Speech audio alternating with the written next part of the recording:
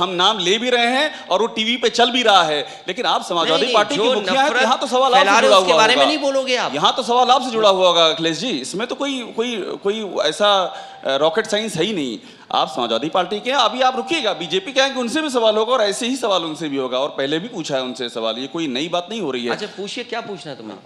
मुझे आपसे आखिर में यही पूछना है अखिलेश जी कि, और शुक्रिया कि आपकी डेमोक्रेसी कि आप समय बढ़ाते जा रहे हैं, आधे घंटे के बाद भी इसके लिए शुक्रिया मेरी ओर से। मुझे आपसे अब पूछना ये है कि ये जो सारा मैटर हो चुका है, जरा इससे आगे निकल जाते हैं।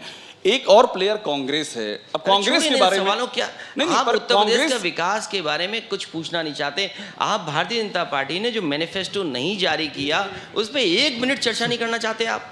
क्या ये बताइए 15 लाख किसी के अकाउंट में आ गया पैसा? किस किसान की आय दोगुनी हो गई? आप किसान पे बहस करिए, चलिए मैं बैठा हूँ, आप बताइए। चलिए अब किसान आप बताइए, बहुत बढ़िया, आप बताइए जी, किस किसान को खाद मिली है बताओ आप? किस किसान को खाद मिली बताइए आप? हूं नहीं करिए, जवाब दीजिए ना। तो मुझसे क्यों पूछ रहे हैं? योगी आदित्यनाथ से पूछिए ना। कर रहे हैं आप योगी आदित्यनाथ से पूछिए ना। मैं पूछ रहा हूँ अखिलेश कि जी, यूपी में I am not from Bharatiya Janata party. आप अपनी बात कहिए, आप अपनी बात कहिए, लेकिन आप मुझसे हामी को भरना चाहते हैं कि मैं हामी भरूं। आप किसान को किसको खाद मिली ये बताइए आप। तो ये मुद्दा है आपके लिए? किस किसान की आय दोगुनी होगी ये बताइए? ये मुद्दा है आपके लिए? अभी तक जो किसानों के गन्ने का भुगतान होना चाहिए था वो नहीं हुआ, ये भी मुद्दा है आपके लिए? नौजवानों को नौकरी मिली कि नहीं मिली? ठीक है। रोजगार के जो वादे किए थे वो हैं कि नहीं? ठीक है, ये भी मुद्दा है आपके लिए? जो इन्वेस्टमेंट मीट हुई और इन्वेस्टमेंट में जो वादे किए गए 5 लाख करोड़ का, वो बताइए कारखाना कहाँ लगा है? ठीक है। आप बताइए लखनऊ में कोई नया कारखाना लग गया हो, नया कोई रायबरेली में कारखाना लग गया हो, आपका इलाहाबाद में नया कारखाना लग गया हो, आपका प्रतापगढ़ में नया कारखाना लग गया हो, आपके जौनपुर में नया कारखाना लग गया हो, आजमगढ़ में कोई लग गया हो, आपके बनारस में कोई कारखाना लग गया हो, चंदौली में नया लग गया हो, सोनभद्र में लग गया हो, मिर्जापुर में लग गया हो, आप बताइए कुशीनगर में कोई नया कारखाना लग गया हो, बहराइच में नया कारखाना लग गया हो, सिद्धार्थनगर में कोई कारखाना लग गया हो, बस्ती में कोई कारखाना लग गया हो, संत कबीर नगर में लग गया हो, फैज़ाबाद अयोध्या में कोई कारखाना लग गया हो, बाराबंकी में कोई कारखाना लग गया हो, इटावा में कोई कारखाना लगा दिया हो, मैनपुरी में कोई कारखाना लगा दिया हो। भारतीय जनता पार्टी बताएगी कि 5 लाख करोड़ के लगभग MOU साइन हुए हैं कि किस जिले में उन्होंने कारखाना लगाया है? नहीं तो आप तो ये सवाल लगातार बीजेपी से पूछ ही रहे हैं जो आप यहाँ बात कह रहे हैं। मेरा आपसे सवाल ये है कि जब आप ये सारे सवाल उठाते हैं, आपने जिलों के नाम गिना डाले, आपकी स्मरण शक्ति बड़ी जोरदार है, एक के बाद एक जिले आपने गिना डाले। मेरा आपसे सवाल ये है कि क्या ये जो चीज़ें आप पूछ रहे हैं ये कितना कन्वे हो पा रही है, ये पब्लिक में कितना जा रही है? और ये बड़ा जेन्युइन सवाल है। मैं इसलिए आपसे कह रहा हूँ कि आप जब ये सब बातें करते हैं तो बीजेपी शुरू कर देती है कैराना का मुद्दा, तो आप कितना कन्वे कर पा रहे हैं ये तो आप पब्लिक को बताइए ना। ये बीजेपी नहीं शुरू कर रही है, आप लोग शुरू कर रहे हैं। मैं क्यों शुरू कर रहा हूँ? ये बीजेपी नहीं शुरू कर रही है, क्योंकि बीजेपी के पैरोल पे बहुत सारे चैनल हैं। बीजेपी अगर पैकेज नहीं देगी तो नहीं होगा। मुझे याद है जिस समय चुनाव की तारीखें नहीं आई थी, कोई चैनल बता दो जिस पर बीजेपी के ऐड ना चल रहे हो।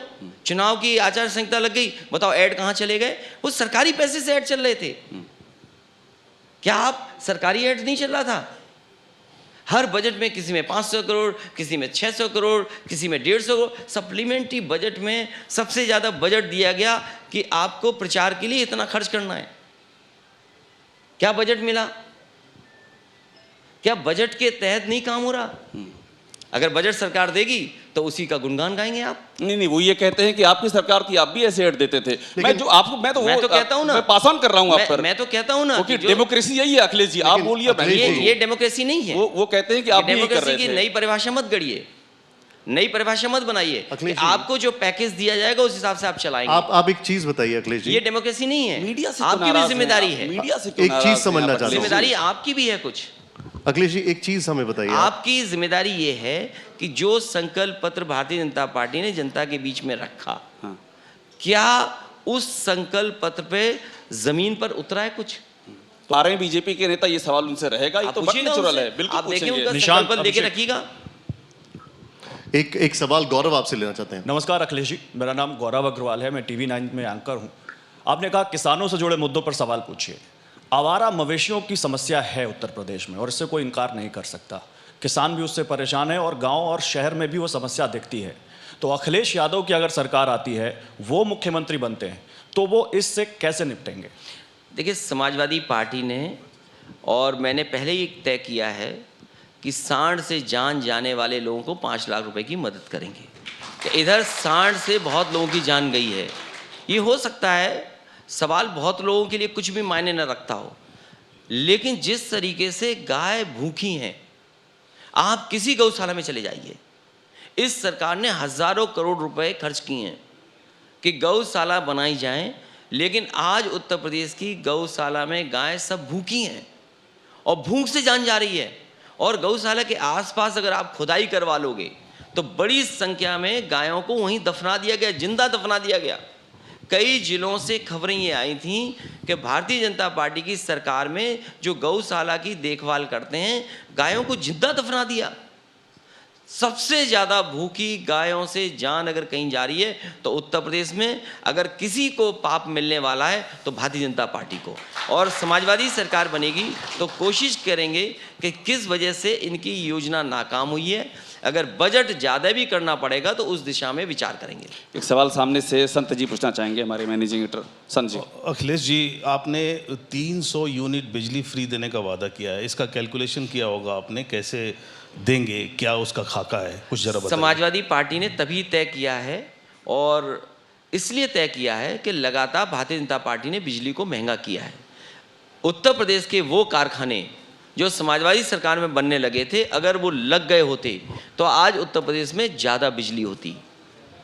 उत्तर प्रदेश में समाजवादी सरकार के समय पर जगह जगह पावर प्लांट लग रहे थे, और जो पुराने पावर प्लांट लगे हुए हैं जहाँ से बिजली मिलती है वो बहुत सस्ती बिजली मिलती है। जिस समय नेताजी की सरकार थी, नेताजी की सरकार में श्रीनगर में जो उत्तराखंड में आज है, उसमें सबसे सस्ती पीपीए साइन हुआ है। वो मुझे लगता है 2 रुपये से नीचे बिजली मिल रही होगी वो। और जो पुराने हमारे बिजली के कारखाने हैं जहाँ से बिजली आ रही है वो बहुत सस्ते हैं। एनटीपीसी की जो बिजली है वो भी सस्ती है। अगर हम सरकार में आते हैं तो जिस तरीके से एक्सपर्ट्स और जिस तरीके से हम लोगों ने जानकारी हासिल की है, 300 यूनिट फ्री देने में हम लोग सफल होंगे। और साथ ही साथ मैं आपको बता दूं, मुझे याद है कि कलाम साहब ने कहा था कि कुछ गांव में सोलर प्लांट से बिजली फ्री कर दीजिए, माइक्रो ग्रिड से पूरा का पूरे गांव को आप बिजली दे दीजिए। उस समय मैंने कन्नौज में और उत्तर प्रदेश में कई जिलों में कुछ गांव शामिल किए थे। आज भी उन गांव में फ्री बिजली मिलती है, एक भी पैसा पूरे गांव वालों को नहीं देना पड़ता है। तो आज संभव है, क्योंकि टेक्नोलॉजी बदली है, चीज़ें बदली हैं, तो आज संभव है कि सोलर एनर्जी से भी कुछ गांवों को 100% बिजली दी जा सकती है, उन्हें कोई बिल नहीं लगेगा। जो समाजवादी सरकार में लोहिया आवास मिलते थे, आप उत्तर प्रदेश में जानकारी कर लीजिए, हर लोहिया आवास में सोलर पैनल था, डबल LED बल्ब फ्री थे, पंखा फ्री था, उन्हें कोई बिल नहीं देना पड़ता था। एक सवाल हेमंत सर पूछेंगे आपसे। अखिलेश जी, जिन्हें आप बाबा मुख्यमंत्री कहते हैं, उन बाबा मुख्यमंत्री की सबसे बड़ी उपलब्धि वो ये बताते हैं कि उत्तर प्रदेश की कानून और व्यवस्था, आपके समय कानून व्यवस्था बहुत ख़राब थी और अब उन्होंने बहुत अच्छी बना दी है, जिसमें महिलाओं की सुरक्षा और बाकी चीज़ें हैं। क्या कहेंगे आप इस पर? जो आंकड़े कहते हैं, उत्तर प्रदेश की कानून व्यवस्था कई क्षेत्रों में बहुत ख़राब है। जब दूसरे प्रदेशों से तुलना होती है, जो NCRB का आंकड़ा कहता है, जिसमें उत्तर प्रदेश महिलाओं की सुरक्षा देने में नाकाम है, सबसे ज़्यादा अपराध और घटनाएं अगर कहीं घट रही हैं तो बेटियों और महिलाओं के साथ हो रही हैं, उत्तर प्रदेश नंबर 1 है और प्रदेशों को पीछे छोड़ दिया है। इसी तरीके से कस्टोडी डेथ में नंबर 1 है। सबसे ज़्यादा जानें अगर कहीं गई हैं तो कस्टोडी डेथ में, फेक इनकाउंटर्स में नंबर 1 है। इस सरकार ने किसी को भी मार दिया। तो सरकार को सबसे ज़्यादा नेशनल ह्यूमन राइट कमीशन से भी नोटिस मिले हैं। और अगर हम आंकड़े देखें, स्टैटिस्टिक्स देखें, तो उत्तर प्रदेश बहुत ख़राब हुआ है पहले से ज़्यादा, ये उत्तर प्रदेश में दिखाई दे रहा है। एक सवाल आपसे शुभांकर पूछेंगे। सर, 24 नवंबर को एक तस्वीर आई थी जिसमें कोट किया गया कि उत्तर प्रदेश को तानाशाही से मुक्त करना है। संजय सिंह के साथ आपकी तस्वीर थी। वो भी 300 यूनिट बिजली की बात करते हैं, आप भी बात करते हैं। 300 यूनिट रह गया, लेकिन शायद वो गायब हो गए। उनसे कई बार पूछने की कोशिश की, जवाब नहीं मिला। वो भी पढ़ाई की बात करते हैं। तो क्या बेहतर नहीं था कि अगर इस तरह के सोच के लोग साथ आते तो शायद और बेहतर तरीके से लड़ाई हो सकती थी? क्योंकि आप भी वही बातें कर रहे हैं ना। कोशिश की थी कि कई दल हमारे साथ आ जाएं, कोशिश हुई कि आप पार्टी भी आ जाए, लेकिन कुछ सीटों को लेकर के बात नहीं बनी, इसलिए हमारे साथ नहीं है।